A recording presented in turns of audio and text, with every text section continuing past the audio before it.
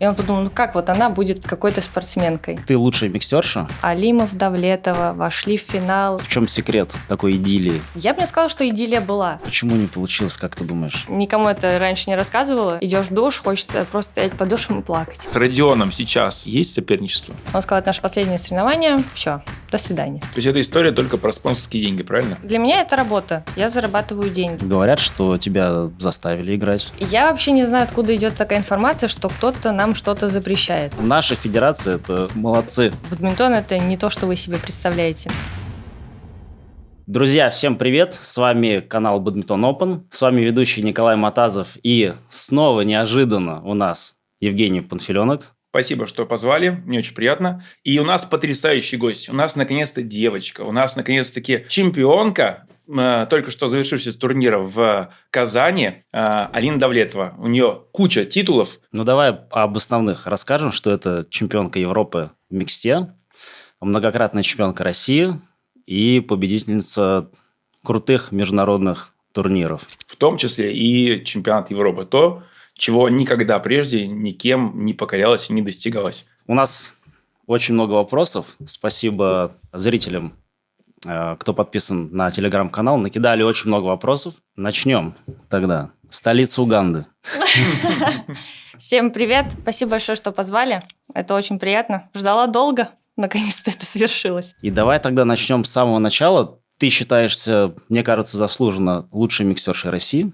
И всем нашим зрителям, особенно юным, интересно узнать, как рождаются лучшие миксерши России. Наверное, скажу, что история максимально банальная. Родители пытались просто во все виды спорта меня закинуть. Бальные танцы, борьба была у меня, дзюдо. Где-то было скучно, где-то неинтересно. И как-то девчонки со двора с моего позвали на бадминтон. Вообще не знала, что это такое. Думала, это такой пляжный вид спорта. Позвали, и вот с того момента все. Я не знаю даже, как это объяснить. Как на каком-то интуитивном уровне у меня все, любовь случилась. С этого момента не расставалась с ним. Тебе сколько лет тогда было, когда ты начала? Да, 9 лет мне было. С 9? С 9 лет, да. Слушай, мне всегда интересно, а твои родители из спортивной семьи, то есть ты сама из спортивной семьи, есть какое-то такое, знаешь, поддержка со стороны родителей? Или просто они тебя отдали, потому что, чтобы ты чем-то занималась? Нет, они у меня не профессионалы в чем-то. Мама у меня стоматолог, папа работает я не знаю даже, как это назвать, он водитель больше, наверное, в нефтяной компании. Ну, то есть, не было изначально целью родителей из тебя лепить какую-то Абсолютно великую нет. титулованную спортсменку? Нет, мне кажется, у них даже в мыслях этого не было. Это, наверное, больше какая-то поддержка физическая была. Просто вот они даже не знали, что я буду заниматься чем-то. То есть просто хотели отдать мне чем-то, чтобы я чем-то занималась. Там, и летом, чтобы ты не и шаталась, да, во дворе? Я думаю, что да. Родители меня очень поддерживали. Ну, то есть, когда в 9 лет я сначала занималась у Кулешова Игоря Борисовича, и год, наверное, позанималась. Потом начались какие-то такие республиканские соревнования. Увидела своего, сейчас уже нынешнего тренера Щерби Эдгара Владимировича, и увидела, как у него тренируются ребята. Тогда я увидела Родиона, своего мужа, Сорокина Александра. Много ребят, и все так круто играют. То есть я даже никогда не думала о мировом каком-то спорте. То есть вот для меня те ребята были просто вау из серии. И это было круто. Мы пытались к нему попасть. Перейти в его секцию. Он меня не брал изначально. Говорил, что я только чисто вот своих беру, которые только ко мне пришли, и все. А потом уже мама там через кого-то пыталась договориться. Потом я перешла, такой островок у меня был у другого тренера. Я там месяца 2 позанималась. Пришел Эдгар Владимирович, посмотрел, сказал, давайте. Можно поработать, да? Ну да. Потом он меня взял, потом подумал, кого я взял, потому что я, год занималась, физической подготовки у нас не было. И пробежать круг по стадиону для меня это, я не знаю, что-то испытанием каким-то было. И он подумал, как вот она будет какой-то спортсменкой. И все, как он раньше такой у нас очень строгий был, кричал, орал. Это, наверное, такой должен быть тренер, я считаю. И все, и после этого как-то все пошло, что ли. Потом уже нас с Родионом поставили играть через какое-то время. А когда ты загорелась идеей то, что бадминтон в твоей жизни неотъемлемая составляющая, что тебе он очень нужен, дорог, у нового тренера, да? Ты перешла и поняла, что это прям, да, это жизнь, это что-то такое яркое, интересное, я хочу здесь остаться. И это у старого тренера тоже было. Нет, про старого нет, не было. У него каких-то, я бы сказала, амбиций не было. Вот. Просто я пришла, и вот получаться сразу стало. Ну, тоже не может быть такого. Согласен. То есть, То есть- тренерские амбиции передались на тебя, правильно я понимаю? Ну да. Очень важна часть тренера, которая переходит Да. к ученику. Да, это спасибо огромное ему, конечно, потому что он очень много сделал для нас, и это неотъемлемая часть, прям, я бы сказала так. Такие люди настоящие алмазы в бадминтоне. Да, на самом деле Вообще. хочется сказать действительно слова благодарности, потому что на такой регион, как Башкирия, и на такой город, как Уфа, родились 2 чемпиона Европы. Это уникальный случай, с учетом того, что у вас не было никогда спаррингов, да, каких-то сумасшедших. У вас не было, как в Москве, там 20-30 человек спаррингов, и вы до такого уровня доросли. Конечно, это большая заслуга тренера, я так полагаю, да? Да. Ну и звезды сошлись. Что мы с Родионом оказались одного года в одном городе, в одной секции, у одного тренера, и горели, хотели играть именно вот в бадминтон и достигать самых высоких результатов. Друзья, приезжайте к нам на наши сборы. С 9 по 18 мая у нас пройдет кэмп в Таиланде, где мы посетим суперсерию Таиланд Open. С 15 по 22 июня пройдет кэмп в Армении. С 28 по 31 августа техникал кэмп на базе Солнечной на Оке. С 3 по 10 октября мы поедем в Турцию на сборы. С 11 по 14 декабря пройдет техникал кэмп на базе Солнечной на Оке. Присоединяйтесь. Ты начала сразу микс-то пару играть? Или, как обычно, все одиночки играют, Да. и с какого-то возраста вы решили... Это Клонин всегда говорил, играем все 3 разряда. Всегда. Неважно, хочешь ты играть, не хочешь, проигрываешь ты, выигрываешь, ты должен играть 3 разряда. И, наверное, это здорово, потому что с самого детства закладывается какая-то основа, потому что все равно одиночки играть очень тяжело. То есть должна быть физуха, то есть это все нарастает с годами, и, наверное, потом как-то легче становится играть, я бы сказала так. Потом встал по половинке, да? Или только на сетке побегал? Но нет, мы с Родионом играли 3 разряда, и все 3 разряда выигрывали. У меня бывало, там, я проигрывала одиночки иногда, вторая, может, становилась, но в основном либо мы первые, либо... миксе мы всегда, наверное, я бы сказала, первые были. Это первенство России. Да, по То всем. есть, ты по своему возрасту Да, и в одиночке в том числе была в топе. да. Но первая, вторая, это всегда было так. Соответственно, в паре это первое. Да. И в миксе вы всегда с Родионом. Вы как встали играть, так и Да. продолжили, да? Сначала мы, конечно, там притирались друг к другу. Такие детские какие-то были у нас интрижки, так скажем. А с какого возраста вы уже полноценно играли вместе и не расставались? Блин, с 12. С 12. Я думаю, да. Он играл сначала с другой девочкой, и потом, видимо, я когда уровня чуть-чуть поднабралась, меня поставили с ним. А как так долго можно играть вместе и не расставаться? Вы как-то характерами сошлись? Или в чем секрет такой идиллии вашей? Я бы не сказала, что идиллия была. То есть все равно, мальчик и девочка, то есть у нас какие-то все равно разные типы страсти. То есть все у нас разное, и просто, наверное, горели бадминтоном, хотели. Вот именно сошлись на том, что хотим выигрывать. Не было, что там я мямля или он мямля, вот из этой серии. То есть оба просто всегда из серии «бей-беги» в начале было, а потом уже прям какая-то стандартная, классическая миксовая игра была. Вот так. Так все-таки вы схожи характером с Родионом? Я думаю, да. Или кто-то из вас более огненный, вспыльчивый, или кто-то более... Кто кого гасил, кто кого успокаивал во время игры? Или кто, может быть, больше лидер? Я бы сказала, мы были наравне с ним. Не знаю, как он думает, но я считаю, это было так. Потому что были моменты, когда и я проседала где-то, он, вытаскивал, помогал. Где-то он...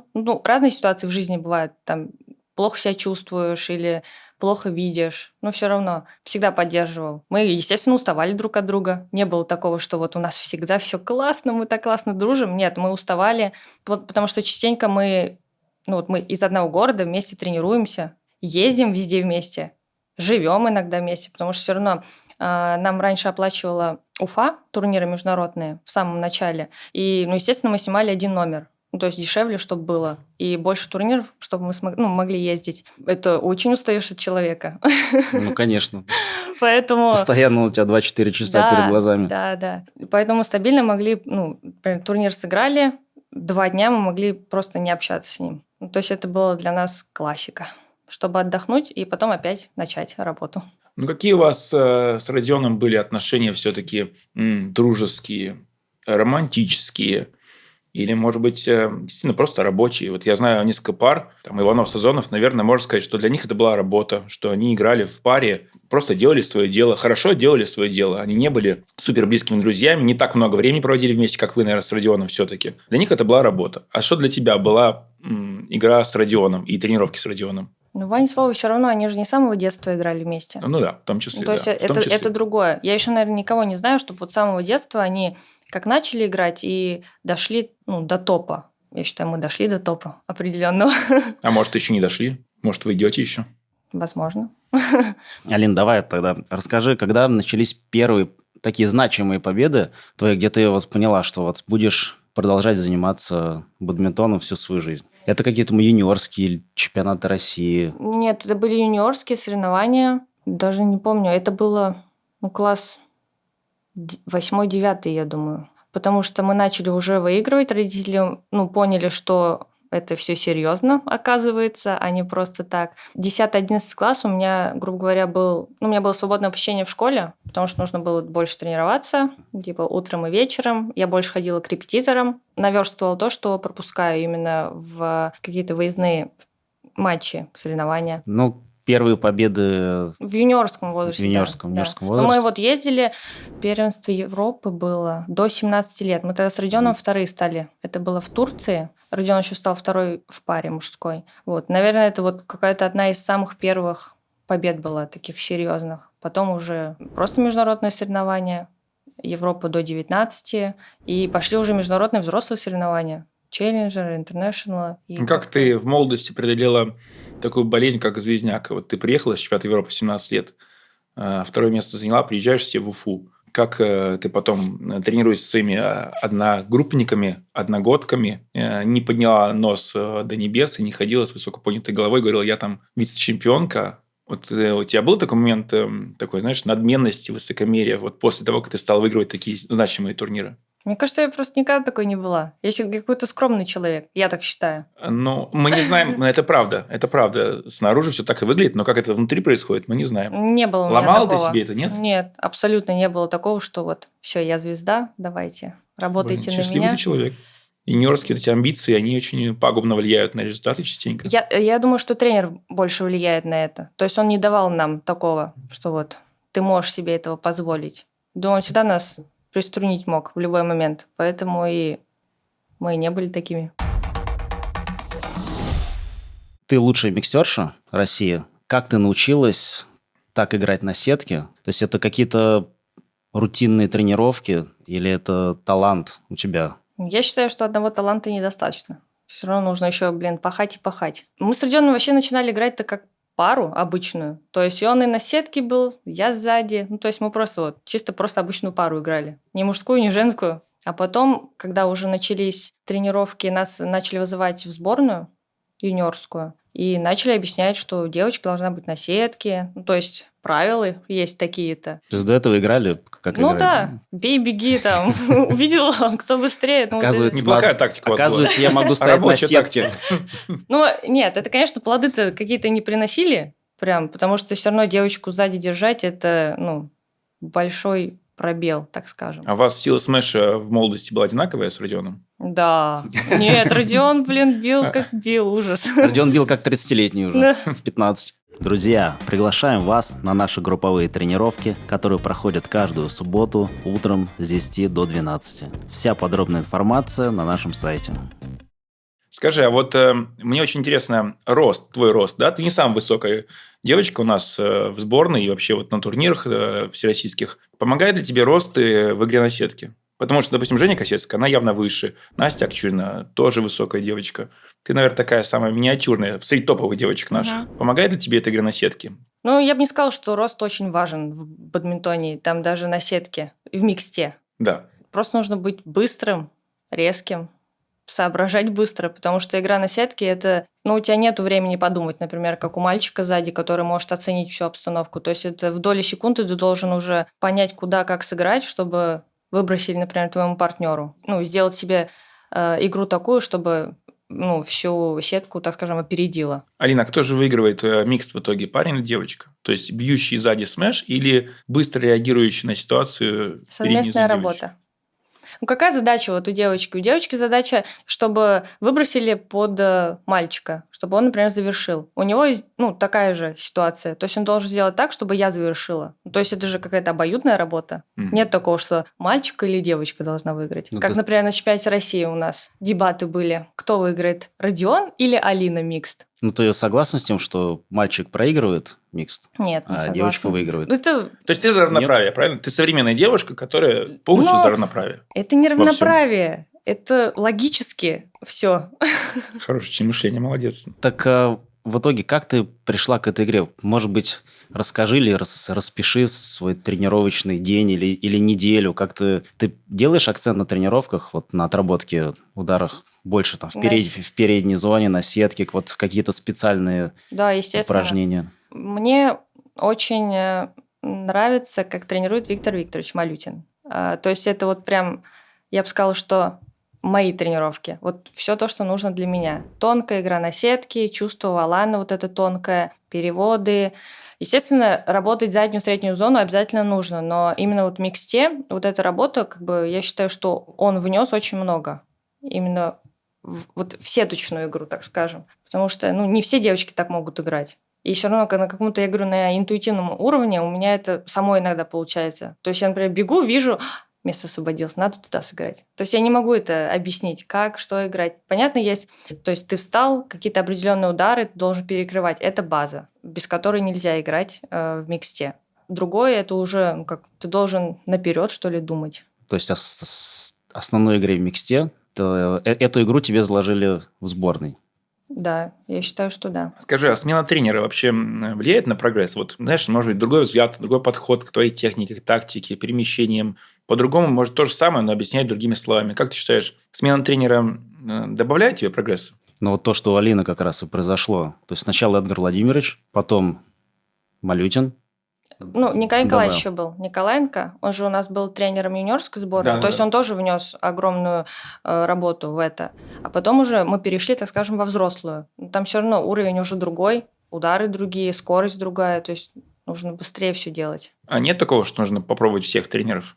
Всех великих, Зуева Николая, или попасть кому-то, кто, титулованный, который может что-то своим опытом поделиться. Тебе не было такое, неинтересно такое тебе было? Я тренировалась с Москвой перед чемпионатом России. Угу. 24-й год, который был. Поехала к Насте тренировать женскую пару, потому что у нас очень мало каких-то выездов совместных. В сборной-то я тренируюсь, мне достаточно, а именно парные игры мне хотелось больше. И у них тренировки, они, я бы сказала, что мне они не подходят. Но я уважаю их работу, их мышление. То есть это не так, что, ой, мне не понравилось, я больше к вам не приеду. Это просто работа мне не подходит. Раскрой, почему не подошла? Потому что у меня заложена уже своя база. Вот то, что именно микстовую я работаю. Например, у них этого нету. То есть они работают какую-то, наверное, монотонную работу больше. А мне нужна взрывная, скоростная такая. Именно то, что мы работали и работаем в сборной. И без этого, если ее не тренировать, это пропадает. То есть ты все равно должен поддерживать всегда эту работу. То есть там тренировки, они все не как под копирку, они более универсальные для универсальных игроков, что для одиночников, что для парников. Нет, одиночники у них отдельно тренируются, парники отдельно. У них больше такая жесткая игра. Не моя, опять же скажу. То есть у них жесткие удары, смэш. Силовая, да. физическая. Я могу это делать, но именно во время игры, когда от меня там требуют каких-то даже не знаю, как это объяснить, что нужно так сыграть, если этого не тренировать, это сложно сделать. Поэтому. Да, Настя, в принципе, наверное, в такой манере играет, я думаю, больше. Да. Вы с ней по-разному играете, это правда. Расскажи про свои первые международные турниры, про твои ощущения, про эмоции, когда у тебя выпустили уже не на юниорские соревнования, а на взрослые, где уже взрослые дяди и тети, с которыми нужно соревноваться. Какие твои были ощущения? А ты уже видела каких-то там топовых звезд, да, приехал на первый турнир, и там идет, кто там для тебя является некой такой иконой, идолом, а кого ты вживую увидела впервые, ты сказала, о боже, я же увидела там в Ютубе, по телевизору, какой-то у тебя такой был человек, на которого ты равнялась в мировом спорте? Честно скажу, не было. Ну, я не знаю, среди девочек, может, кто-то там. Вообще, вот, ну, как бы у меня нет такого, что вот я равнялась к кому-то. Я Ну, никого не знала. интересовалась, может быть, кем-то там. Ну, вот идет... Но не было у человека идеалов.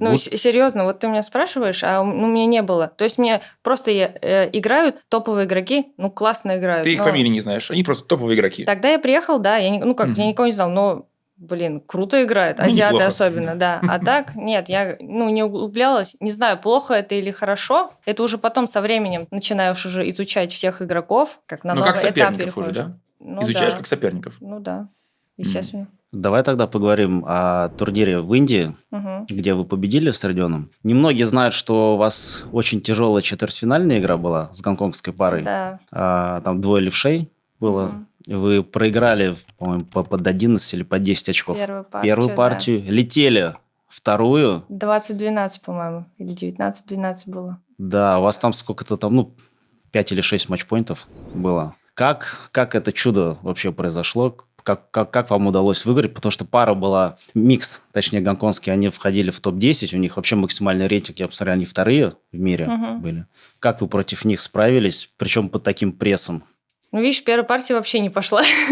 То есть, не получалось ничего, скорость другая, все другое. И пока ты к этому привыкаешь, уже, одна партия прошла. Вторая, я не знаю, либо они расслабились, а мы собрались. Ну, то есть нам уже нечего терять. Мы проиграли первую партию, летим вторую. Ну что, мы просто начали держать валан. А они, все равно проигрываешь там 2-3, 4-5 ударов. Ошибся, то начинаешь, мне кажется, немного, скованней становишься, уже не так, наверное, чувствуешь сетку. И вот вторую партию мы зацепили. Ну, а в третьей там уже, мне кажется, у них какой-то крах был. А мы на каком-то энтузиазме уже все. Какое значение имеет эмоциональная составляющая вот в таких важных топовых матчах? Понятно, что вы все профессиональные спортсмены, у всех классная физическая подготовка, у всех шикарная техника. Видимо, тут тот случай, когда психология все зарешала. Да. Ну, без нее никак. Мне кажется, ни в каком Скажи, виде какой спорта. процент, тем более в парной игре, может быть такое, что у тебя пошло, а у партнера не пошло, да? Ты берешь на себя больше игру в этой ситуации, там, да, какие-то, может быть, спорные валаны берешь, лезешь, если ты чувствуешь, что Родион там не поплыл немножко. Или наоборот, там, чтобы он воспрял духом, отдаешь ему какие-то такие попроще валаны. Как это делится у вас такие вещи? Всю игру одному вытянуть невозможно. Опять же говорю, микс – это одно целое, как и пара. Да. Ты можешь просесть на там 2-3 очка максимум. Потом ты как-то сам взбадриваешься, что алло, хорош, так нельзя играть. И в этот момент партнер тебя, естественно, поддерживает. Пытается Он же больше под не себя криками играть. поддерживает, он поддерживает там более аккуратной игрой, да, чтобы ты немножко там вошла, допустим, может быть. Да. Например, у Не меня не ускоряет получается, да, не ускоряет, потому что бывает начало игры, я стою на сетке, у меня в 2 раза быстрее все летит. И мне еще нужно придумать, куда что сыграть. Мгм. И мы начинаем играть такую, чтобы я вошла в игру. А потом уже, когда ты входишь, у тебя все начинает получаться. В паре из Гонконга, когда вы проигрывали, вы пытались как-то что-то поменять, как-то или тактику поменять, или внести какие-то изменения? Или вы так играли по накатанной и пытались как-то справиться со своим волнением? Вот сейчас вспоминаю и думаю, что, наверное, волнения у нас уже не было. Какое волнение, когда ты летишь там 20-12 во второй партии, при том, что ты первый уже проиграл. Мне кажется, это больше ты на каком-то расслаблении, что ли. То, что нечего терять тебе уже. Нечего терять, и все, и давай уже играть. И просто в таких моментах главное не падать духом, что ли, как бы банально это ни звучало. Ты просто начинаешь не ошибаться. Вот не зря же на тренировках мы там работаем заднюю, среднюю зону, там даже сетку, когда тебе нужно просто держать валан, не ошибаться. Наверное, у нас была такая игра в тот момент. Просто ждать, когда они ошибутся. Слушай, вопрос такой вот, наверное, между партиями, когда там вот при 11 и при смене площадок подходит к вам тренер. Какие советы он дает? Он дает советы тактические, он дает советы психологические. Как-то вообще влияет тренер по ходу игры своими советами на игру? Или это скорее просто вот ощущение того, что вы не одиноки, что он здесь рядом, что как бы такая поддержка, давай, вперед, такая эмоциональная нагрузка на вас дополнительная? Нет. Виктор Ильич всегда подходил и тактически нам подсказывал. Но он может поменять рисунок игры, схему игры? Естественно. Со стороны все равно видно. Да, мы видим тоже, без этого никак нельзя, но со стороны иногда видно, когда игрок как-то двигается. То есть он это подсказывает. Он и во время игры это может А способны ли делать. вы поменять рисунок игры? Вот прямо вот кардинально, допустим, да, вот просто отдать, допустим, полностью атаку. Если он скажет, Да. отдайте атаку, вы можете вот просто переключиться и перестать лупить свои смеши? Родион может перестать лупить смеши, когда ему скажут, не надо. Да. Ты можешь не делать поставки, когда Мы же скажут, не не зря надо. тренируемся То есть у столько вас лет. есть несколько режимов, да, в которых вы можете Конечно. переключаться по ходу Ну, игры. разные же ситуации бывают во время игры. Бывают вот атаки у тебя, ну, ты не можешь забить. Ну, ты же не будешь бить То есть вы не роботы, постоянно. Естественно. вы все-таки живые люди, да? Да. Прекрасно. Давай тогда дальше перейдем к Олимпиаде. У вас на нее, к сожалению, не получилось отобраться. Как ты видишь для себя, в чем были причины, кто были вашими основными соперниками за попадание на Олимпиаду? У нас, да я бы сказала, что все европейцы, которые нас обогнали, они были. Причины, да много факторов. Куда-то не поехали, куда-то забыли заявить нас. Смотри, Много а как всего. это забыли заявить вас? Ну, пропустили там как прием заявок. То Прием. есть там же до какого-то определенного момента на Да. день пропустил, все, ты уже никуда не едешь. То есть такой Как бы это человеческий это, фактор, да, сработал? Ну, таких Бюрократический. много Мгм. моментов. Кстати, вообще как ты переживал этот момент? Ты переживал его или ты Да. такая, ну ладно, что? Ну, ничего себе, ну ладно. Всю жизнь играешь в бадминтон, Ну, ставишь подождем цели. следующий. Да, подождем. Ну, нет, конечно. Тогда очень обидно было. Ну, это какие-то тупые ошибки. Потому что и вот из-за этих тупых ошибок очень обидно становится, что ты мог, например, проследить это. Понятно, у каждого есть своя работа, которую должен за ней следить. Но тебе же тоже это надо. Если тебе это очень надо, ты должен тоже моментами где-то там подстраховать, например. Там, не забыли ли вы нас Мгм. заявить туда? Или То есть ты Родион, сделай, пожалуйста. во время своих отработки плоского удара поворачиваешься налево и говоришь, что тренеры, скажите, пожалуйста, а вы нас заявили там в процессе своей тренировки, Ну, ты это же не- отвлекаешься на этот Ну, вопрос. нет, это ты уже слишком утрируешь. Зачем это во время тренировочного процесса делать, когда можно сделать это в перерыве между тренировками? Но Женя имеет в виду, что в перерывах надо отдыхать и Да. концентрироваться на других вещах, а не на... Я не думаю, что в сборной Дании, ну, если мы будем сравнивать, да, это какие-то вещи такие, более профессиональные сборные с более профессиональным подходом, который сложился много-много-много десятилетий, я не думаю, что Виктор Аксельсен хоть немножечко, на секундочку, задумывается на том, поедет он на этот турнир или не поедет. Там скорее он решает то, что я не хочу ехать, и все. И вы делаете документ так, что мне минимум штрафов, минимум санкций, я просто не хочу. А на этот турнир поеду. То есть у него все спланировано, Мгм. и за это отвечает, думаю, не он, а его помощники. Косяки есть у всех. У всей федерации, у всех федераций, я бы сказала. Придираться именно к нашей, ну, блин, ты же не знаешь, что там в Дании, какие косяки еще у них есть. Знаем, у Виктора Аксельсона же интервью вышло. Он там надавал, там, не знаю, часов на 5, если в сумме посчитать. Там столько косяков в федерации, у датской федерации. Там, Ну, что наша федерация, это молодцы. ну, я Вот, считаю, что похвалили идеальных федерацию нету. впервые за долгое время, представляете? Благодаря Виктору Аксельсону. Ладно, про Олимпиаду что нам сказать? Она сложная была в ковидное время, ее на год перенесли. Там очки считались как-то непонятно криво, не заявлялись на турниры, Мгм. не заявляли тебе, если у тебя не было вакцины. В общем, было где оступиться.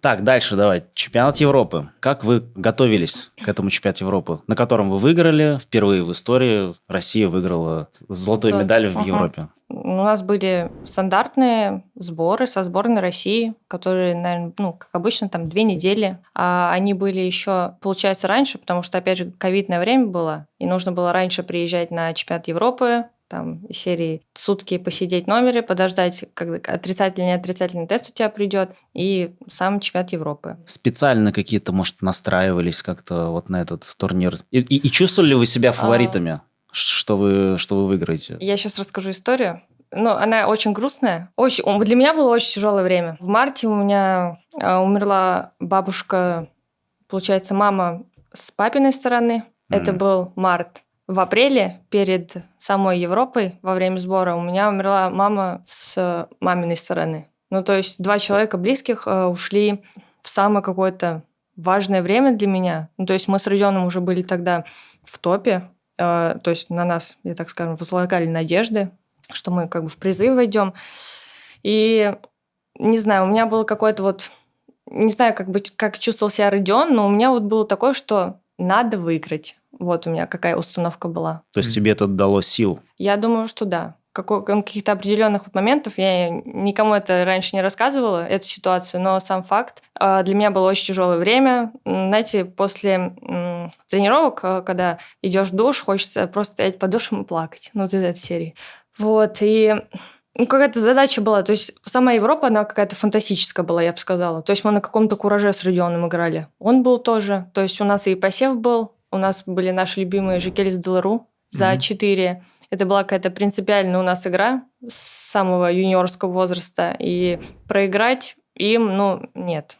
При том, что мы в личных турнирах никогда им не проигрывали. То есть это, наверное, больше на руку нам было, что они попали на нас, потому что играть с ними нам, не сказать, что легко, но удобно, я бы сказала. В залах 4 они были, полуфинал у нас был с немцами. Там тоже была такая курьезная игра, так скажем. Там в конце такой момент был, что это или поле, или аут, но судья Да. показал вашу сторону. Я не знаю, я смотрела интервью Родиона, он сказал, что там подошел к нему вот судья на линии и сказал, что там был аут. Я не знаю, откуда он эту информацию берет, но было, он к нам подошел, мы шли сами после уже того, как победили, шли в гостиницу, и парень, Родион там где-то сзади вроде шел, и он подходит, говорит, там было поле, то есть не переживайте. А то есть для меня, естественно, я не переживала. То есть ты на таком кураже, там такой счет еще в первой партии, вторая, третья. И, для меня, естественно, было всегда ты видишь, что поле было, когда ты хочешь победить. Но когда он сказал, знаете, как-то, легче, что ли, стало. То есть ты честно победил. Ты реально видел поле? Я вообще не видела. Там тяжело было Там увидеть. тяжело было видеть, да. Там было что с той стороны аут дальний. Да. И там... Ламфус закричал так, что там, километровый аут был. Разорался, да. Там тоже. Видите, когда хочешь победить, я говорю, и аут, и поле кажется тебе всегда. Поэтому не знаю, парень это сказал, что было поле, и... Надо найти этого парня и... Спросить заново? Да, спроси его. Не поменял ли он решение? Может, он подошел потом к Лафу и сказал, там был аут 100%. Так, тяжелая победа с немцами. Дальше у вас англичане? Да. Как с англичанами? Психологически как было? Тяжело или легко? Или вы выходили уже? Здесь уже все, мы закрываем эту страницу, переворачиваем. Бывает часто, что последний шаг самый сложный. Когда вы прошли таких сложных, серьезных соперников, попадаете в финал и уже заранее, заведомо уже все первые места отдали, можно оступиться на последнем шаге. У меня, про себя скажу, у меня была зажатость в первой партии. Но не из-за того, что мы уже первые, а что это чемпионат Европы, это финал. Мы первый раз играем. И то, что это само... это не сказать, что давление. Там же уже начали писать, что впервые в истории там Алимов, Давлетова вошли в финал. И то есть там еще чуть-чуть, и мы прям в историю войдем. Вот из этой серии. Тяжело было. Первую партию я... говорю, когда у тебя ничего не получается. Там Родион пытался что-то сделать, но не может войти, и все. Во второй партии уже как-то более-менее я вошла. И то есть рисунок игры поменялся, что мы больше от атаки начали играть, какая-то уверенность была. И все поперло, я бы сказала так. Третья вообще, я считаю, мы на кураже каком-то были. То есть ты уже там в шаге от медали, от золотой медали, и это, круто. Нет такого, зажатости на всероссийских турнирах и на международных. Это совершенно разные уровни, и поэтому ты на всероссийских всегда расслаблен. Нет такого, что на российских зажимаешься ни с того ни с сего вдруг. Тоже смотря какой соперник, с кем ты играешь. То есть от соперника, то есть не от турнира получается. От соперника, от того, как ты к нему подойдешь. Подготовишься ты к нему или не подготовишься. Ты же можешь выйти, ой, мы их выигрывали уже 10 раз. Что там этот 11-й? И в подсознании ты уже такой на чиле, я бы сказала. А ребята-то все равно растут, цепляются, пытаются выигрывать. И эту слабину, нельзя давать. А легко ли тебя вывести из равновесия? Допустим, как делает частенько Каролин Марин в одиночках, которая просто постоянно орет, давит на соперницу, выводит из равновесия. У нее стиль игры такой. Да, но это дает ей некое преимущество перед соперницами. Потому что остальные девочки-азиатки, они спокойные такие, на себя легко повлиять соперница. Если она начнет на тебя прям так переть, агрессировать, сломаешься ли ты? Или ты просто закроешь глаза и сквозь нее будешь смотреть? Наверное, сквозь нее. У меня тоже, я же тоже хочу победить. Может, я тоже такая, как агрессор там буду. У тебя было такое, когда-то что-то на тебя давили прям? Где-то прям почувствовал давление в игре?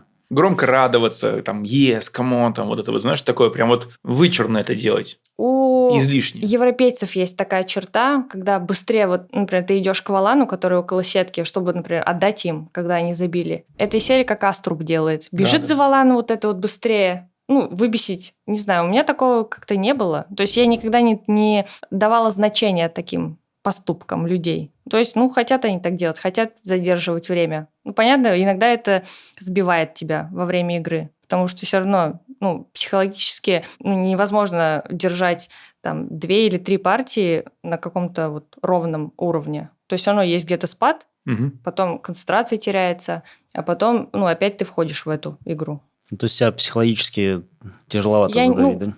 не знаю, я как удав. Я не знаю, как правильно это сказать. Ну, то есть меня выбешивают меня иногда люди во время игры своими поступками, но это Родион потом говорит: все, хватит, не обращай внимания на него, и все. И как-то, знаешь, ну, я такая думаю, ну ладно, все, продолжаем играть. Ну, это азиатская школа у вас получается, какая-то такая, которая... Вот ты говоришь, европейская, она эмоциональная, а азиатская, она более эмоциональная. У тебя, получается, ближе к Китаю. То есть у тебя не было таких моментов, где тебя прям психологически выбили, и ты вот психологически тебе тяжело было вообще. Вот, Ты не чувствовала ни разу, что ты проиграла не физически, не тактически, Было, а именно, конечно. что ты психологически Вот проиграла? я сейчас вспомнила, мы играли с Екатериной Мальковой, Мгм. тогда еще Болотовой.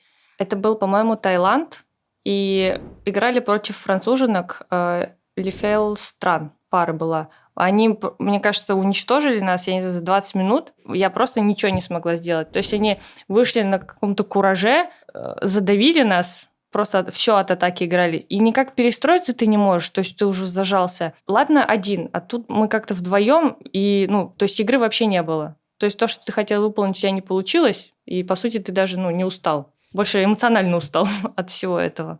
Вот, наверное, одна была вот такая игра у меня. Как с этим можно справляться? Как ты думаешь? Посоветуй игрокам, кому с этим очень тяжело, чтобы ты как-то... Может быть, там пауза какая-нибудь Да. или еще что-то? Ну, обязательно нужно делать паузу. Не знаю, пойди вытрись полотенцем, попей водички, даже если тебе там не разрешают. Все равно на международном уровне не так. Ну, бывает, серьезно относятся к этому. Все равно дают. Ну, Там отойти. можно в туалет убежать. Там Гилмор, Ну да. по-моему, убегал. И Попов тоже в этом. Ну, если плохо человеку. Скажи, что тебе плохо. Да. Ну, что-то надо делать. То есть бежать и быстрее проигрывать дальше очки не советую этого. Так, давай дальше тогда пройдемся по чемпионату мира 2021 года, где у вас были хорошие шансы. На вас, ну, смотрели все, я думаю, не только в России болели, но сложная игра оказалась в четвертьфинале. Что там не получилось, потому что вы там вели, у вас там тоже было много матчболов, чтобы закончить игру. Очень сложная игра была. Почему не получилось, как ты думаешь?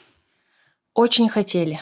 Или очень хотел Родион. Вот прям, то есть его даже, ну, знаете, когда человек смотрит сквозь тебя, то есть он вообще меня не видел. Я пытаюсь его остановить, ну, то есть умеренно, постепенно, давай, забьем. Не надо ничего придумывать. И он вот просто как на таране со всех положений. Это вот бить, бежать, ну, не знаю, я считаю, поторопились. Вели мы 19-16 в третьей партии.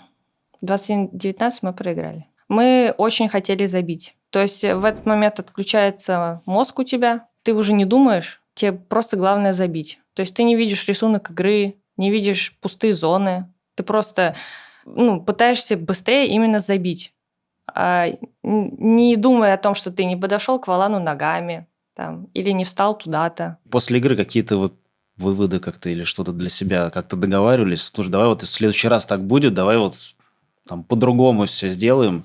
Ну, в тот момент ты не думаешь о другом, ты все равно проживаешь этот момент. В этот день ты проживаешь эту игру от начала и до конца. Мы сели в автобус, Родион извинился. Я извинился? Да, за то, что он так играл. Ну, видимо, он понял. Я в себя ушла. Ну, то есть я подумала, как можно вот вести 19-16 в третьей партии и не забить всего 2 очка от того, чтобы ты зашел в медальную зону, так скажем. Ну, вот как раз-таки это вот, когда очень хочешь, карма случается. Скажи, а вот досада от таких громких поражений, да, вот на топ-уровне, на высоченном уровне, и досада от вот этих детских турниров, которые, если зациклить нашу историю, да, по-разному ты ее переживаешь, или ты уже в более зрелом возрасте по-другому ее как бы переосмысливаешь? Мне кажется, одинаково. Ты же вот Ты в детстве плакала, когда проигрывала? Да, А проиграв Плака? А чемпионат... сейчас? А проиграв чемпионат мира, конечно. тоже плакала? Естественно. Я плакса. Я Хорошо, что ты в просто этом сознаешься. Нет, Это прекрасно. никто не видит это У нас клуб просто. анонимных плакс. Просто в определенный момент вот ты играешь детские соревнования, ты одного уровня. Ну, естественно, ты будешь ты проиграл там первенство России, ну, капец тебе обидно. Ты же тоже хотел первое место выиграть. То есть в данный момент ты был того уровня, на котором, например, вот сейчас мы играли чемпионат мира. Ну, то есть это одинаковые поражения. Но только ты прошла путь длиннее гораздо. Соответственно, и обиды больше. Но и планка-то выше уже становится. Мгм. Все равно. Недавно вышло интервью с Родионом, где он рассказал о причинах вашего расставания, то, что вы вместе уже микс не играете. У него была своя версия. Хотелось бы услышать, почему вы не играете от тебя.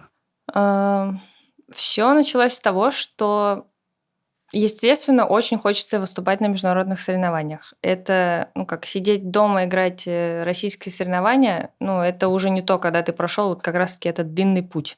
Тяжелые времена были, не поспоришь с этим. Родион хотел сменить гражданство.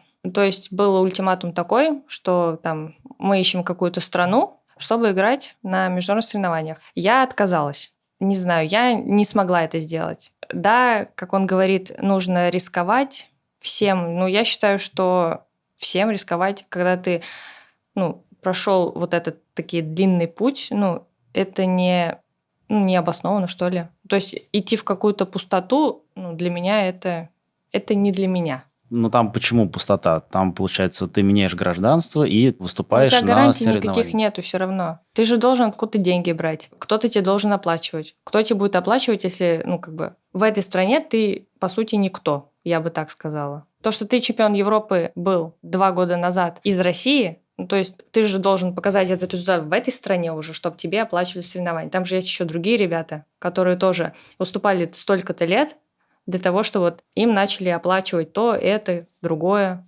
То есть какой-то, не знаю, должен быть. То есть, эта история только про спонсорские деньги, правильно? По-другому. То есть, если есть некая подушка финансовая. Условно говоря, если были бы вы из обеспеченных семей, да, из таких прям серьезных, и у тебя бы не было проблем про твое будущее какое-то такое, да, там, то ты бы рискнул этим.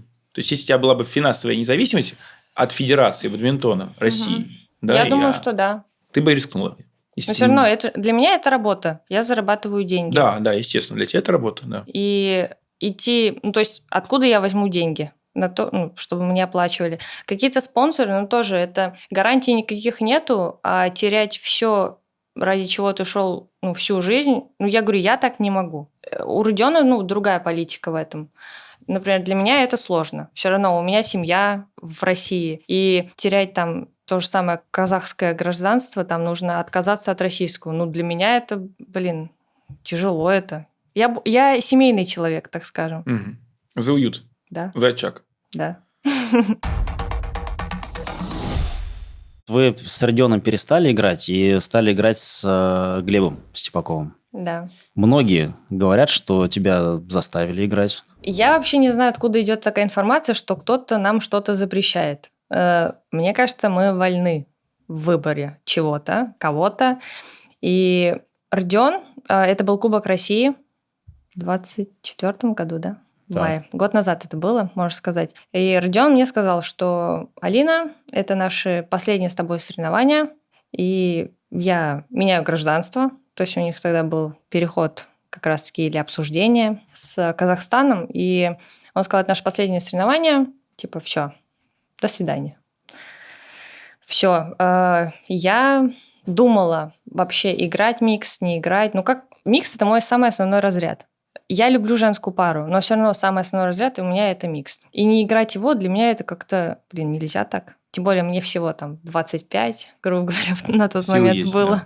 Да. Есть возможности, и я думала, разговаривала с Виктором Викторовичем, с Клавой Геннадьевной, вообще что вообще. Они говорят, хочешь – играй, не хочешь – не играй. То есть никто меня не заставлял. И ко мне сам просто подошел Глеб Степаков и спросил, хочешь со мной сыграть или я нет? тут слышал, спиной стоял тут.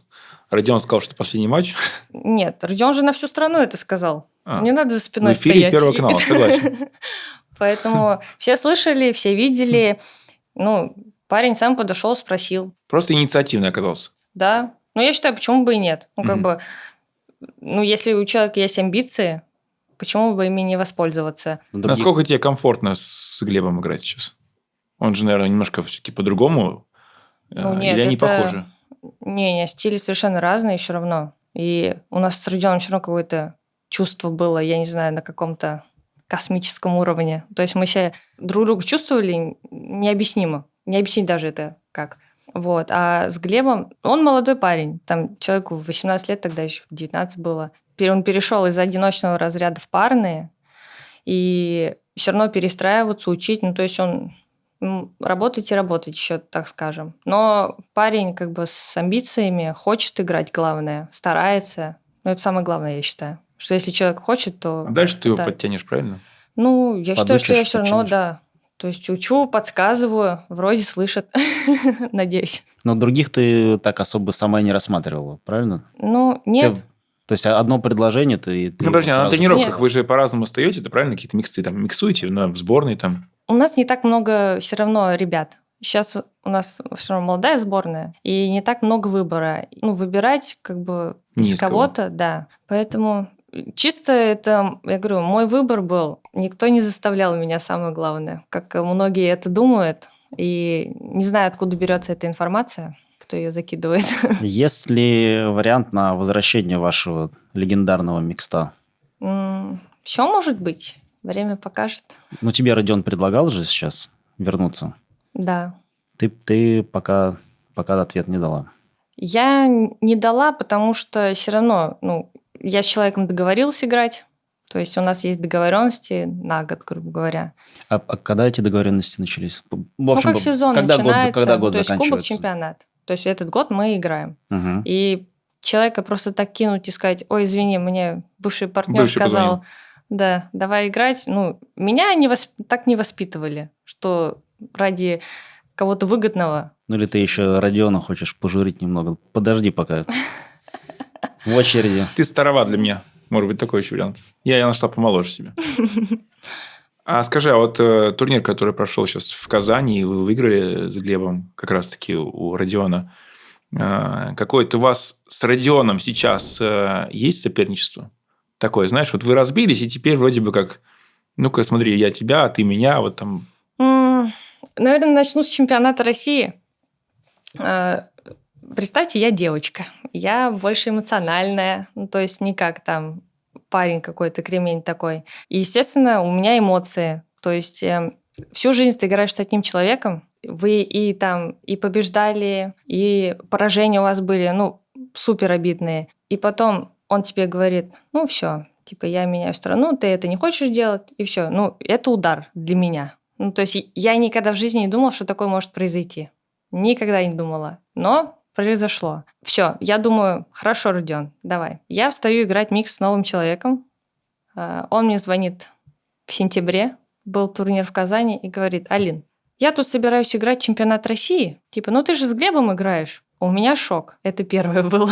Я говорю: ты же страну меняешь. Какой чемпионат? Ну, типа, я из-за того, что ты уходишь из России, я нашла себе партнера, чтобы продолжать играть в свой любимый разряд. А получается так, что ты хоп, вернулся, ну я не могу же так тоже сделать. Вот, и он встает, и говорю, для меня чемпионат России это был какой-то, не знаю, я была в трансе в каком-то в этот момент. Как Родион говорит, да, он знает там меня всю пополам, но я говорю, у меня в тот момент были выше какие-то именно эмоции. То есть мне было тяжело играть против него. Ну да, когда он стоит напротив, да, а не за спиной у тебя. Да, и сам момент, что вот он так со мной поступил, и, ну, не знаю.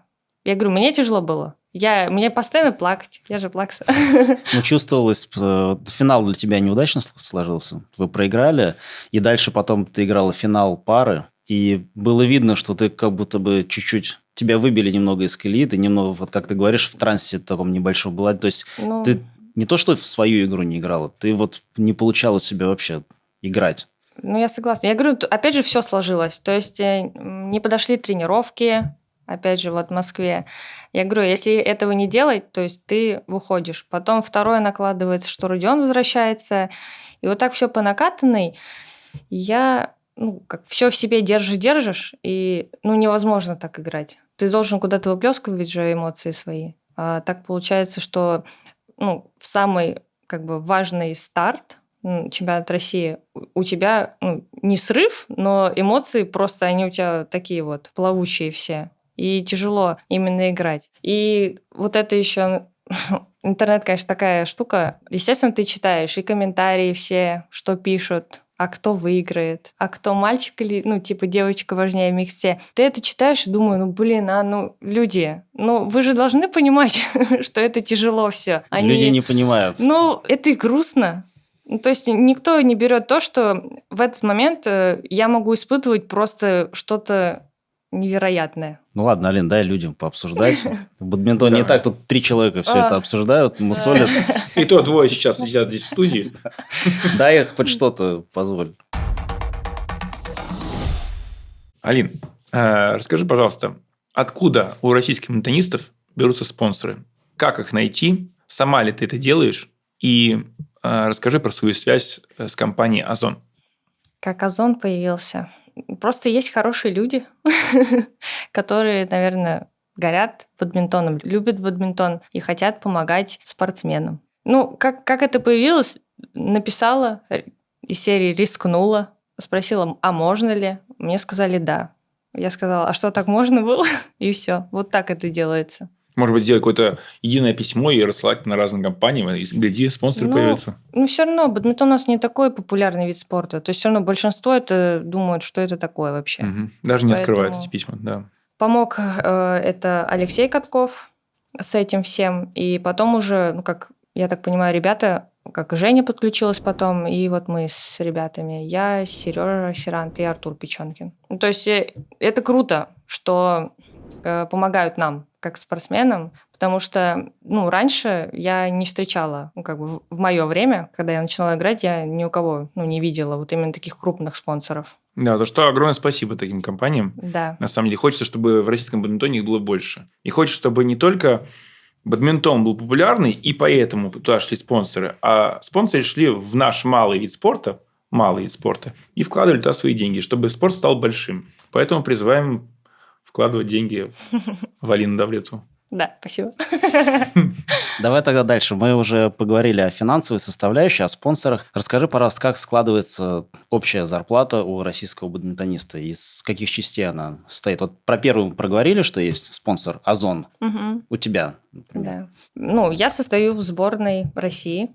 То есть, естественно, ставка у меня идет оттуда. Это первое. Вторая, я сама из Уфы. То есть, естественно, у меня будет платить мой регион за то, что я, представляю. Я работаю там, так скажем, как спортсмен-инструктор. Третье – это вот спонсорство, которое сейчас появилось. И раньше на международных были призовые всякие за турниры. Или, например, у нас был контракт с Йоноксом, и Йонокс нам тоже платил либо за выигранные игры. Там на суперсериях у нас, ты попадаешь, грубо говоря, тысячник или там 750, то есть за приезд тебе уже платят деньги. То есть это здорово, потому что можно уже какую-то часть расходов потратить. Угу. Вот. Есть клубные системы. Я играю во Франции с Настей Акчуриной, в одном клубе мы с ней играем. И они тоже нам платят деньги за то, что мы приезжали к ним и играли. Играем мы достойно, я бы сказала. А там денег хватает, там себе что-то остается, или все уходит на билет и на проживание? Мы только тратим деньги на перелеты. Естественно, мы выбираем такие, покупаем заранее, за 1,5, за месяц. Более дешевые варианты, чтобы, естественно, какая-то сумма откатила себе, так скажем, чистокровными. Вот. А остальное все, они берут все расходы на себя. Питание, проживание, то есть все. То есть себе что-то остается? Да, тоже. Да. И у нас есть в России наша Суперлига, или как она называется, Кубок НФБР. Это тоже как доход, потому что сейчас у нас министр спорта Владимир Иванов создал команду «Метеорит», Челябинская область, и позвал нас туда играть. И, тоже это здорово, что так у нас развивается бадминтон, потому что у нас есть и спонсоры там, опять же, Озон и ProLink, и это круто, что именно они вкладывают в нас, как в игроков и как в сам клуб. То есть за это им огромное спасибо. То есть, если ты топовый российский бадминтонист, то на жизнь тебе хватает.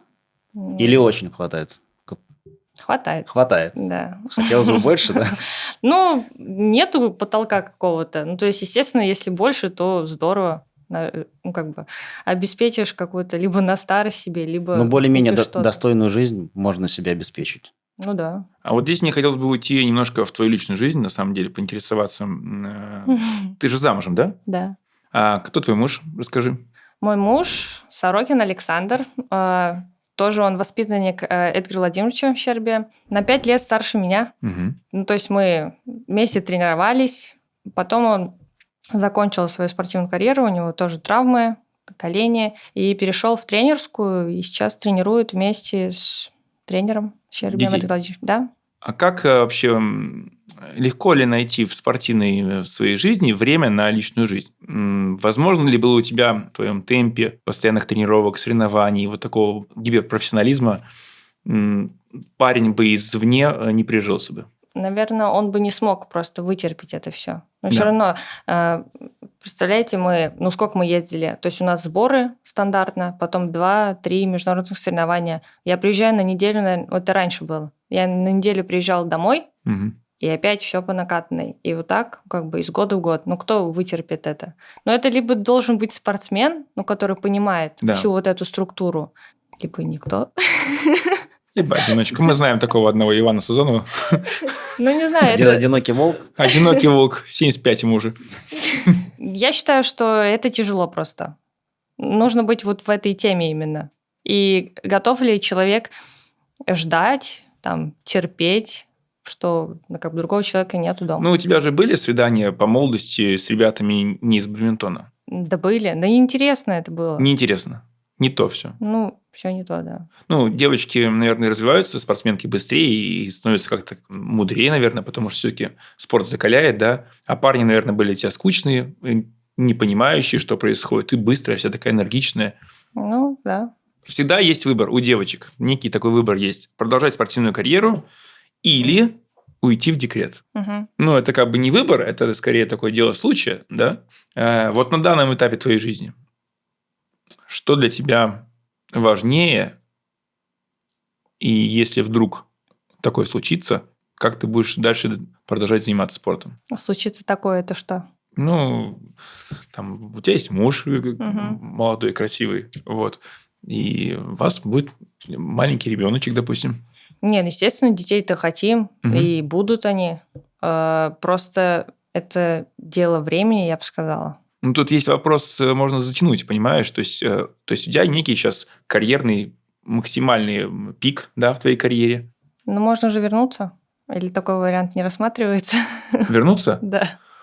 сложно. Можно, Ну, конечно, всегда это возвращаются сложно. же. У нас есть яркие примеры, кто вернулся. Даже, самая Катя Малькова, которая родила первого, вернулась, выиграла чемпионат России. Мгм. Мы с ней выиграли. Как раз-таки это было в Владивостоке. Настя Акчурина тоже. Я не считаю это проблемой. Это больше какие-то физиологические возможности у самого человека. Сможет он или еще и захочет ли он Мгм. это. Поэтому это, мне кажется, время должно показать, как вообще все получится уже после этого. Как будет, так и будет. То есть, это такое, да, положение? Как будет, так и будет. Ну да. Поговорим о будущем твоем. Как ты видишь свою вообще профессиональную карьеру в будущем? Это нейтральный статус или может уже все? Обидно было? 26 лет. 26. Да нет. Будущее, играть-то я хочу. Естественно, и международных хочу. Но я не хочу, чтобы это все как-то было сложно. Потому что все равно вот эти все это проблемы, да, которые вокруг нас, они все равно отвлекать будут. Хочется просто вот как раньше. Нас Хочется как спустили, раньше. и и мы играем. Хочется, да, но ты для себя как-то ищешь варианты, как продолжать международную карьеру? Или ты ждешь? Я в ожидании, так скажем, больше. А если так случится, что ты можешь не дождаться? А что может случиться? Опять-таки, время просто уйдет, оно же уходит. Уже много прошло времени. То есть я считаю, что мы с Родионом были на самом пике, когда это все случилось. И то есть ну вот вернемся мы, что будет? Тоже же не знаешь, как это все пойдет. Как ты сама считаешь, вы упустили ваших прежних соперников? Они от вас оторвались с тех времен, как вы перестали играть? Ну, я считаю, что, естественно, уровень упал. Ну, потому что мы круглогодично ездили на международные соревнования, то есть поддерживали форму. И сейчас, сколько уже, года 3, мы сидим здесь. Да, мы ездили на сборы в Малайзию, ездили в Китай. Это круто. И хорошо, что есть лига во Франции, потому что все равно там играют те же самые топовые игроки, которые на всех международных соревнованиях выступают. Но если тебя с ними сравнить, ты сильно отстаешь от них? Я бы не сказала. То есть у меня порох еще есть. То есть я и обыгрываю их. То есть как будто бы ничего не поменялось. Или там нет такого давления? Все-таки клубный чемпионат Франции, это, может быть, да. не такие это другое. суперофициальные матчи, да? Возможно. Не знаю, вот для меня как бы все равно у человека же какое-то эго есть, то есть ты не должен проиграть вот этому игроку. Мгм. То есть ты все равно выкладываешься. Либо у нас менталитет в России такой, что ты вот вышел, играешь, и тебе хочется выигрывать. Может, у них такого нету во Франции. Не знаю, то есть они, проиграли и проиграли. То же самое, как у нас вот, мы сейчас ездили в марте в Страсбург, с командой Страсбурга играть, к ним в город, и играл Ланьер с нашим мальчиком, там тоже молодой, Йохан его зовут. И Ланьер проиграл ему в 2 партии под 19 очков. Тоже, вот только что парень приехал с All-England, вошел там в 4, тоже как такой уровень? Как он может может, проиграть? он не играл в полную силу, может, у него не было мотивации? Как ты считаешь? Я про это и говорю, что я не могу себе позволить вот так вот выйти на той же Суперлиге, например, и проиграть кому-то. Значит, ты не можешь проиграть на чемпионате России во 2 круге, допустим, да? Да. То есть там до финала ты точно знаешь, что до финала я дойду. И Ты себе финал все я равно пройду какую-то тоже. установку уже ставишь, что нужно Да. дойти до финала там, и выиграть. То есть Вот такого такое. спада у тебя не может случиться, что ты просто где-то там вот... Спад. У тебя же тренировочный процесс выстраивается так, что ты, у тебя не должен быть спад там на 2-й, на 3-й игре. То есть ты должен на пике быть именно вот на важном каком-то соревновании. А вот сборной федерации как-то обсуждается нейтральный статус? Потому что уже многие федерации России уже давно подали на нейтральный статус. Некоторые спортсмены уже в мае будут выступать на мировых соревнованиях. Что слышно от бадминтонного российского сообщества? Ждем. Ждем. Да. Каких-то официальных заявлений у нас не было. То есть они, может, и подали, может, не подали, просто ты не знаешь. Да, нам, как спортсменам, ничего не говорили. То есть все равно до нас многое не доходит, потому что это все равно высшие круги обсуждают. И то есть какую-то только основную часть нам скажут, например, по факту уже потом. Но пока нам ничего не говорили. Но вы сами не интересуетесь? То есть это федерация будет делать? Или, например, как Родион с Максимом, они сами напрямую с мировой федерацией взаимодействуют и напрямую уже себе делают нейтральный статус? Вдруг в федерации ничего не происходит? Надо узнать. Но допустим, если так получится, что ничего не происходит, и в ближайшем будущем тоже происходить не будет. Ты будешь как-то сама пытаться делать? Я не думаю, делать? что что-то там не будет происходить, потому что все равно наш министр спорта Дегтярев, он сказал же, что нужно давать возможности играть и даже под нейтральным статусом, поэтому какое-то движение в любом случае должно быть. Поэтому в ближайшее время ждем, что скажут нам. Вот так я скажу. Но ты будешь выступать под нейтральным статусом, даже если это без флага, без гимна, Да. в любом случае. Да. Скажи, а вот ты пыталась как-то поменять сознание людей, менталитет людей на тему того, что бадминтон действительно это спорт? Вот ты же там в доме, в котором ты живешь, в Уфе, да, и ходил на тренировки, они спрашивали: там, Алина, опять на свой там теннис идешь? Угу. Когда нет, не теннис, я на бадминтон иду. Вот прошли годы, там выиграл чемпионат Европы, там 9-кратная чемпионка России. Как-то меняется внимание людей к тебе и к тому, чем ты занимаешься? Или ты смирилась и не доказываешь всем, что бадминтон – это спорт? Да нет, все равно в окружении, там, неважно, соседи это, кто-то с подъезда или кто-то проходил, все равно ты говоришь, что бадминтон – это не то, что вы себе представляете на первый взгляд. Естественно, ты это будешь говорить. Если этого не говорить, так и все и будут сидеть в своих, там, говоря, норках и думать, что мы, там на пляже играем только.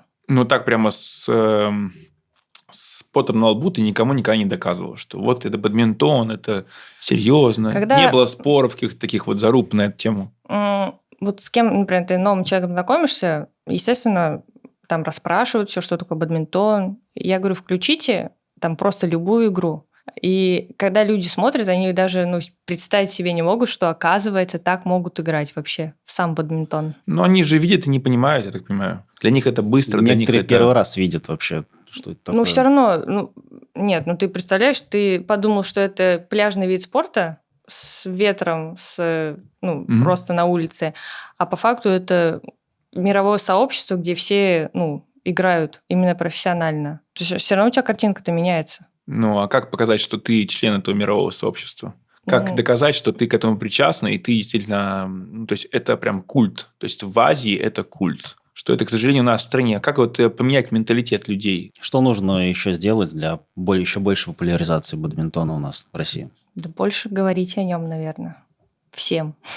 Может быть, какой-нибудь чемпионат России провести в Москве, а не в Раменском? Или какой-нибудь Может вложить крутой деньги турнир? в рекламу и провести турнир с зрителями. Потому что какие-то медийные уличные футболы, баскетболы собирают людей за деньги. А бадминтон – олимпийский вид спорта. И на трибунах, сейчас опять-таки в Казани я посмотрел пустые трибуны, и чемпионат России пустые трибуны. Как это заполнить пространство? Болельщиками, фанатами. Надо, чтобы эти как раз-таки люди были и фанатами бадминтона, а не так, что просто... На теннис же ты, например, не просто же люди приходят, то есть они все равно понимают, то есть им интересно это. То есть все равно вот этот именно культ должен быть у самих людей, что бадминтон это оказывается классно. Формат медийных видов спорта – это тусовка скорее. Зачастую люди приходят, не понимая, что там происходит, потому что это модно, потому что это как бы сейчас, в моменте, живо. Неужели бадминтон нельзя сделать медийным? Да можно все. Просто, это же нужно делать. Просто нужно кто-то этим, заняться и сделать, в конце да. концов. Кого ты считаешь идеальным миксером в мире и потом в России? Я считаю, идеальный миксер – это Сивэй. Но он уже реально. не играет, Алин. Все, он закончил карьеру. Нет, он только закончил. Не получится. Получится. Не, серьезно, вот он прям и подстрахует, все сделает. Таких мало игроков, я бы сказала. Он какой-то монстр в свои 27 лет. А в России, тут как бы я ни относилась к Родиону, для меня это мой человек именно в миксте. Это для тебя. Для тебя лучший миксер – это Родион. А если вообще глобально? Потому что вспомни, допустим, чемпионат России в Владивостоке, где вы проиграли тоже. Не, Ваня Сазонов хороший. Нет, я к Ванечке очень хорошо отношусь. Но он больше, наверное, игрок такой разводящий. Тонкая игра у него очень хорошая. Но именно как микстер я бы сказала, что Родион. То есть с такими игроками, как Иван, ты бы не спелась, не сыгралась? Двое разводящих в одной команде – это не очень хорошо. Не, мы с Ваней играли.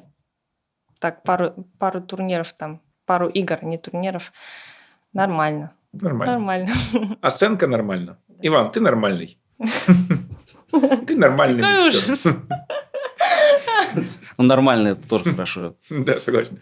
У тебя были какие-то, вспомни, самые запоминающиеся слова, которые тебе давал или тренер, или Родион, или еще кто-то в бадминтоне, которые поменяли твою игру или твое восприятие в нужный момент? Я расскажу сейчас.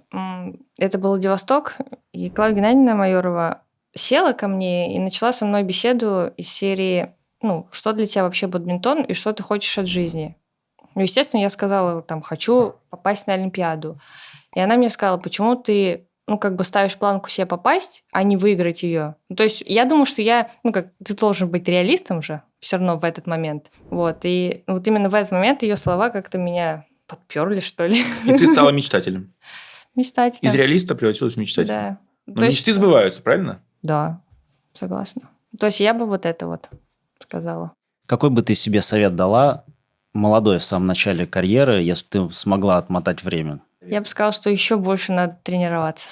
Это самое главное. Ты считаешь, не дорабатывала где-то, да? Да. Ты себя жалела на тренировках? Не то, что жалела. Где-то что-то думала, что знаю лучше всех. И, а по факту сейчас думаю, что над этим можно было еще больше работать. Именно когда проходишь этот путь. А это можно было с самого детства, например, делать. А конкретно на чем, например? Физуха, рука, техника. Да, все вместе. Это все равно. Ты не можешь там только на одной физухе выиграть, если ты не умеешь, обрабатывать валан. То есть это все совместно, и если этого не делать, то, тяжело будет. Больше тренироваться, и это самое главное. Если бы ты не стала бадминтонисткой, чем бы ты занималась? Бадминтон так много в моей жизни, что я даже не думала о таком варианте. Ну, хобби у тебя какое-то, например, есть, чем ты в свободное время занимаешься? Было бы еще это свободное время. Смотришь видео бадминтонные, да? В свободное время. Свое причем. Да не знаю. Это сложно, я говорю, даже как-то. Ну, или ты, может быть, в каком-то другом спорте была бы. Спорт тебе, так понимаю, близок по духу? Сейчас ты можешь сказать, что да. А на тот момент не знаю. Как получилось бы, наверное. Я говорю, ты не можешь себе представить, то есть, как была бы твоя жизнь там без бадминтона, когда ты всю жизнь в нем. То же самое, ты спросишь, твое хобби, или что бы ты делала потом, после там завершения. Тренировала бы, наверное. То есть, мне кажется, у меня есть какие-то вот эти качества именно, навыки, которые я могу передать другим. Я считаю, что я многому научу. Именно не детей, а вот как бы постарше ребят. Все равно, считаю, у тренеров есть, там начальная подготовка, потом средняя, постарше и вот так далее. Поэтому пока что вообще только о тренерской думала. Вообще пока не собираюсь. Глобально я не мыслила на эту тему, потому что пока собираюсь играть. Алин, что ты хочешь сказать подписчикам канала? Пускай еще больше людей подписываются на ваш канал, потому что вы, ребята, классные. Пускай любят бадминтон еще больше, следят за ним, пишут комментарии, и плохие, и хорошие, потому что без этого никак. Нам все нужно. Каждое Да, мнение. Да. И просто спасибо за все. Друзья, вы развиваете, в том числе вы развиваете наш спорт своими комментариями, подписками и массовостью. Нам очень нужны каждый ваш голос. Что, спасибо, что пришла. Вам спасибо. Алин, ты великолепна и прекрасна. Спасибо Просто самая большое. молодая. Спасибо.